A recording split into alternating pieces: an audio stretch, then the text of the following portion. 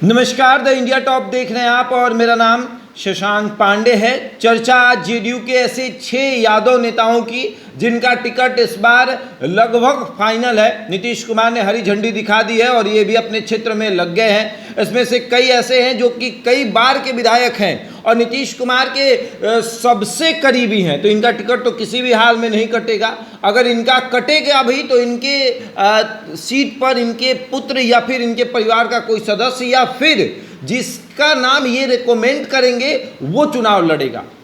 चलिए तो चर्चा शुरू करते हैं। इसमें सबसे पहला नाम जो है वो विजेंद्र यादव का है। जी देखिए, विजेंद्र यादव कई बार के विधायक हैं। 1990 में पहली बार सुपौल विधानसभा से चुनाव लड़े और जीते और 2020 आ गया, अभी तक इनको किसी ने चुनाव हराया नहीं। लगातार चुनाव जीतते आगे 90 लड़े जीते, 95 लड़े जीते, 2000 लड़े जीते, 2005 लड़े जीते, फिर 2005 में चुनाव आया वो भी लड़े जीते, 2010, 2015, 2020 ये तमाम चुनाव ये जीत चुके हैं और नीतीश कुमार के बेहद करीबी हैं। खास करके नीतीश कुमार इनको ऐसा मंत्रालय देते हैं जिस मंत्रालय में पेच फंस सकता है, वो पूरा मंत्रालय विजेंद्र यादव बखूबी अच्छे से संभालते हैं। ऊर्जा मंत्रालय को अभी हाल में देख रहे हैं और नीतीश कुमार को इनके ऊपर इतना भरोसा है कि सदन में अगर नीतीश कुमार के विभाग से कोई सवाल पूछता है तो उसका जवाब भी विजेंद्र यादव देते हैं, नीतीश कुमार की उपस्थिति अगर नहीं होती है तो ऐसे में इनका टिकट तो नहीं कटेगा। हालांकि हमने ही अपने एक वीडियो में बताया था कि विजेंद्र यादव का टिकट कटेगा। क्यों? क्योंकि इनकी उम्र हो चली है, उम्र के आधार पर इनका टिकट कटेगा और जिस उम्र के पड़ाव पर ये हैं, ये विधायक अगर बन जाते हैं तो फिर इन्हें ही तकलीफ होगी। तो ऐसे में ये भी प्रयास करेंगे कि इनके पुत्र जो हैं वो चुनाव लड़े या फिर नीतीश कुमार भी कहेंगे कि आपके परिवार के किसी सदस्य को चुनाव लड़ा देते हैं, क्योंकि कई बार ये अस्पताल में भर्ती हो जाते हैं लेकिन मंत्री हैं, विधायक हैं, उसकी वजह से इन्हें बेड रेस्ट नहीं मिल पाता है। तो इन तमाम चीज़ों की वजह से इनका टिकट इस बार कटेगा और इनके क्षेत्र से, सुपौल विधानसभा सीट से, इनके पुत्र विकास यादव जो हैं वो तैयारियों में लगे हुए हैं। विकास यादव इनके पुत्र हैं और वो इस बार चुनाव लड़ेंगे, ये फाइनल है। क्योंकि विजेंद्र यादव का टिकट उम्र के अगर उनका नहीं रहता तो उनका टिकट नहीं कटता, तो ऐसे में उनका टिकट लगभग फाइनल है। विजेंद्र यादव चुनावी मैदान में उतरेंगे और अगर नहीं उतरेंगे तो सही है, लेकिन अगर नहीं उतरते हैं तो वैसे में विकास यादव जो इनके पुत्र हैं वो चुनावी मैदान में उतरेंगे, सुपौल विधानसभा सीट से वो चुनाव लड़ेंगे, क्योंकि ये अब इनकी पारिवारिक सीट बन चुकी है। 1990 से 2020 तक लगातार चुनाव जीतना मतलब कि पारिवारिक सीट है और उस पारिवारिक सीट को विजेंद्र यादव भी गंवाना नहीं चाहेंगे। वो चाहेंगे कि उनके परिवार के किसी सदस्य को चुनाव लड़ाया जाए और उनके परिवार के सदस्य जो हैं वो चुनाव लड़ेंगे। इसमें दूसरा नाम जो है ये भी बहुत बड़ा चेहरे हैं, ये भी नीतीश कुमार के पार्टी से कई बार के विधायक रह चुके हैं, तो इनका भी टिकट नहीं कटने वाला है। नाम है नरेंद्र नारायण यादव। आलमनगर से ये विधायक है नरेंद्र नारायण यादव। 1995 में ये चुनाव लड़ते हैं, जीतते हैं और 2020 तक लगातार ये चुनाव जीते हैं। तो देखिए, आलमनगर एक ऐसा विधानसभा सीट जहां से नरेंद्र नारायण यादव कई बार के विधायक हैं, नितीश कुमार के करीबी भी है, तो इनका भी टिकट किसी भी हाल में नहीं कटेगा। अगर कटेगा भी तो इनके रिकमेंडेशन से किसी और को टिकट मिलेगा, वो भी यादव ही होगा, ये फाइनल है। तो आलम नगर से नरेंद्र नारायण यादव जो कई बार के विधायक हैं, इनका भी टिकट जो है वो फाइनल है। इनको भी हरी झंडी दिखा दी गई है कि आपको फिर से रिपीट किया जाएगा, क्योंकि भैया जहां एक तरफ जेडीयू अपने आप को मजबूत करने में लगी हुई है, वैसे में ऐसे नेताओं का टिकट काटना जो कई बार के विधायक हैं और उनका क्षेत्र में तूती बोलता है, पारिवारिक सीट हो गई है, वो वैसी सीट जहां से कई बार के विधायक भैया 95, उसके बाद आपको आ जाइए तो 2000, 2005 में एक और चुनाव हुआ, वो भी फिर 2010, 15, 20, तो ऐसे में तो ये पारिवारिक सीट हो जाती है, तो ये छोड़ना इतना आसान नहीं होता। अगर जेडीयू नहीं देगी तो फिर वो कहीं और से चुनाव लड़ लेंगे, तो फिर जेडीयू को नुकसान होगा। तो ऐसे में जेडीयू नहीं चाहेगी कि नुकसान हम सहे, तो नरेंद्र नारायण यादव का भी सीट फाइनल है। तीसरा नाम जिन्होंने अभी ही हाल में उपचुनाव लड़कर नीतीश कुमार को ये दिखाया कि हमने एक किले पर फतह कर ली है, एक ऐसा किला जो कि राजद के पास था, एक ऐसा गढ़ जो राजद अपने पास रखे हुए था, वहां जेडीयू चुनाव लड़ रही थी लेकिन जीत नहीं पा रही थी, उस सीट पर मनोरमा देवी ने फतह किया है।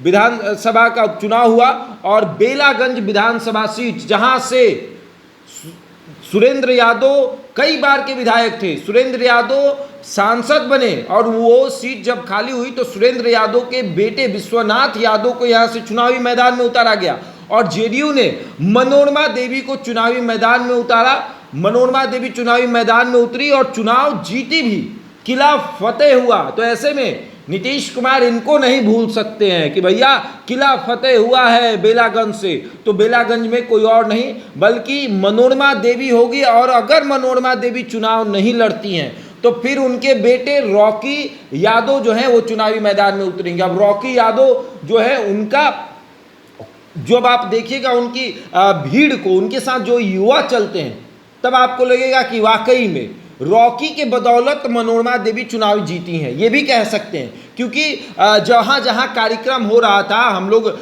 जब इस चुनाव को कवर करने गए तो हमने देखा कि मनोरमा देवी की सभा में जो भी भीड़ हो रही थी वो रॉकी की भीड़ थी। रॉकी यादव जिस तरीके से तमाम चीज़ों को देख रहे थे, जिस दिन नामांकन था, नॉमिनेशन था, उस दिन एक अलग हुजूम था। हमने देखा कि पूरा जो मंच है वो भरा हुआ है, पूरा मंच के सामने की जो तस्वीर है वो दिख रही है कि पूरी भरी हुई है। लेकिन जैसे ही रॉकी यादव की एंट्री हुई, मानो जैसे किसी फिल्म स्टार की एंट्री हुई हो, और उस तरीके से हो हल्ला हुआ और पूरे लोग खड़े होकर रॉकी यादव जिंदाबाद के नारे लगाने लगे। तो ऐसे में नीतीश कुमार भी ये सोचेंगे कि मनोरमा देवी को हम ये सीट देंगे। अब मनोरमा देवी जिसको यहाँ से लड़ा दे, खुद लड़े या फिर बेटे को लड़ाए, संभवतः ये कहा जा रहा है कि मनोरमा देवी के बेटे रॉकी यादव यहाँ से चुनाव लड़ेंगे, बेलागंज से वो चुनाव लड़ेंगे। और सबसे बड़ी बात है कि ना सिर्फ बेलागंज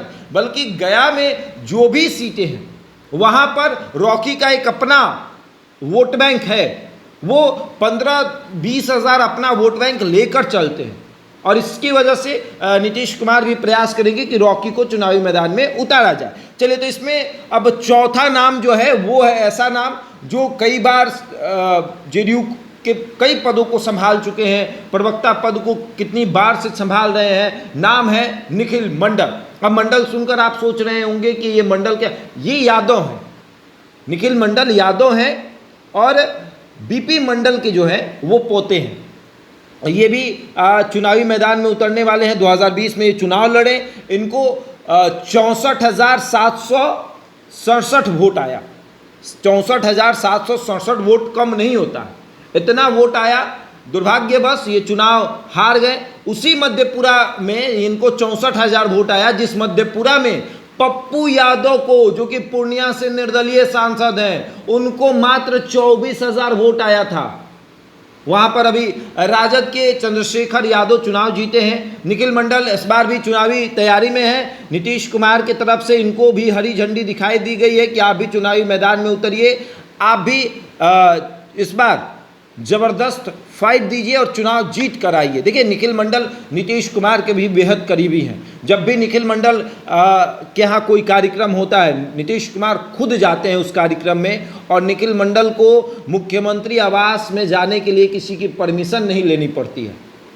वो डायरेक्ट जाते हैं, नीतीश कुमार से मिलकर बातचीत करते हैं और फिर अपने क्षेत्र निकलते हैं। और आमतौर पर देखा जाए तो लोकसभा में भी इनकी दावेदारी मजबूत थी। हालांकि लोकसभा में इनको टिकट नहीं मिला, लेकिन विधानसभा में इनकी दावेदारी मजबूत है। ये चुनावी मैदान में उतरने वाले हैं। 2020 में 64,767 वोट इनको मिला था और इस बार भी ये चुनावी मैदान में उतरेंगे। ये पूरी इनकी तैयारी जो है वो हो चुकी है। नीतीश कुमार की तरफ से हरी झंडी जो है वो मिल चुकी है। तो ये हो गए निखिल मंडल।